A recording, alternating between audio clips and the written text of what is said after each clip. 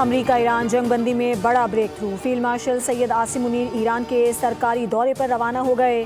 Security ذرائع کے مطابق فیلڈ مارشل عاصم منیر دورہ ایران کے دوران ایران امریکہ مذاکرات اور خطے میں قیام امن اور دیگر اہم امور پر بات چیت کریں گے۔ دورے کے دوران فیلڈ مارشل سید عاصم منیر اہم اعلیٰ ایرانی شخصیات سے بھی ملاقاتیں کریں گے۔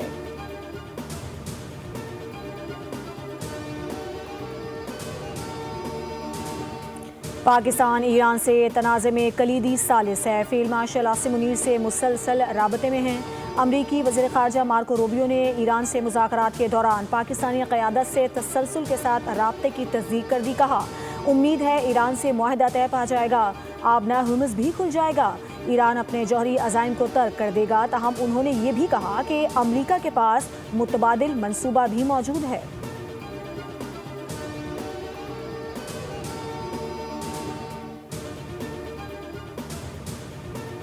چیئرمین پیپلز پارٹی بلاول بھٹو کی پی ٹی آئی کے تاحیات وزارتیں لینے والوں پر کڑی تنقید۔ شارع بھٹو کی افتتاحی تقریب سے خطاب میں کہا کہ تحریک انصاف کے لوگ پہلے وفاق میں وزیر ہوتے ہیں، پھر کے پی میں جا کر وزیر بن جاتے ہیں۔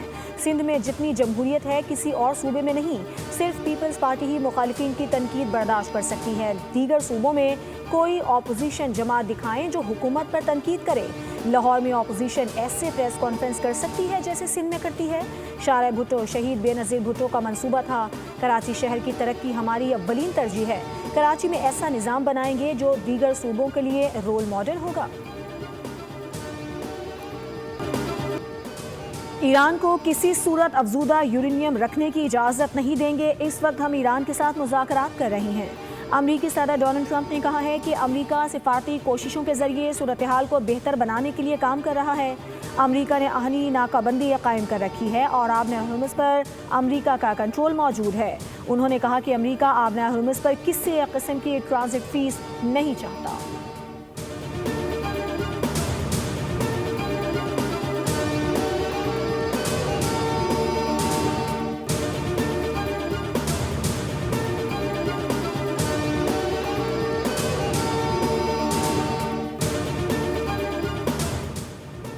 لبنان سمیت تمام محاذوں پر جنگ بندی کے لیے نئے مطالبات امریکہ کے سامنے رکھ دیے ہیں۔ ایرانی وزارت خارجہ کے ترجمان اسماعیل باقائی کا کہنا ہے کہ تہران سنجیدگی اور نیک نیتی کے ساتھ مذاکرات کا راستہ اپنائے ہوئے ہے اور مذاکرات سے متعلق تفصیلات مجاز حکام کی جانب سے فراہم کی جائیں گی۔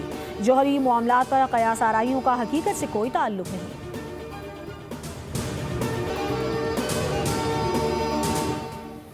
Air chief marshal Zaheer Babar Sidhu کا ترکیہ کا سرکاری دورہ، ترک فضائیہ کے کمانڈر جنرل ضیاء جمال اوغلو سے ملاقات۔ ایئر چیف کی ترک وزیر قومی دفاع اور بائیکار ٹیکنالوجیز کے سربراہ کے ساتھ بھی بیٹھک۔ ملاقات میں دفاع، ایروسپیس جدت اور ابھرتی ٹیکنالوجیز میں تعاون بڑھانے کے عزم کا اعادہ کیا گیا۔ پاکستان اور ترکی کے درمیان تربیت، استعداد کار میں اضافے اور ایروسپیس تعاون کے نئے امکانات پر بھی گفتگو ہوئی۔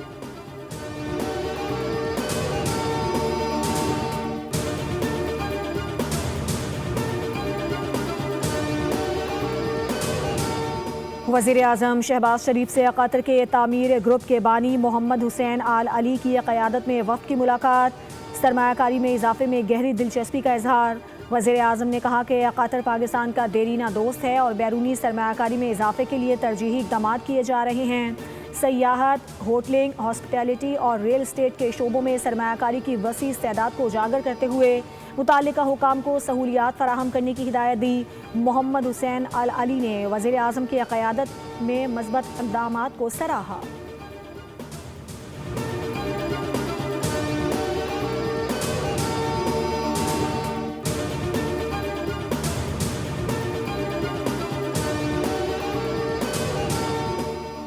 وفاقی وزیر اطلاعات عطا طارر سے پاکستان کے دورے پر آئے بنگلہ دیش کے سینئر سول سروس افسران کے وفد کی ملاقات، باہمی دلچسپی کے امور، گورننس، انتظامی اصلاحات اور ادارہ جاتی استعداد کار میں بہتری پر تبادلہ خیال کیا گیا۔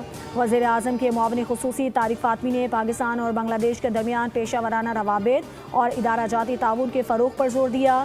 وفاقی وزیر اطلاعات نے کہا کہ دونوں ممالک تاریخی روابط اور مشترکہ ورثے کے حامل ہیں اور سول سروسز کے درمیان ایگزیکٹو ڈیولپمنٹ پروگرام اہم پیش رفت ہے۔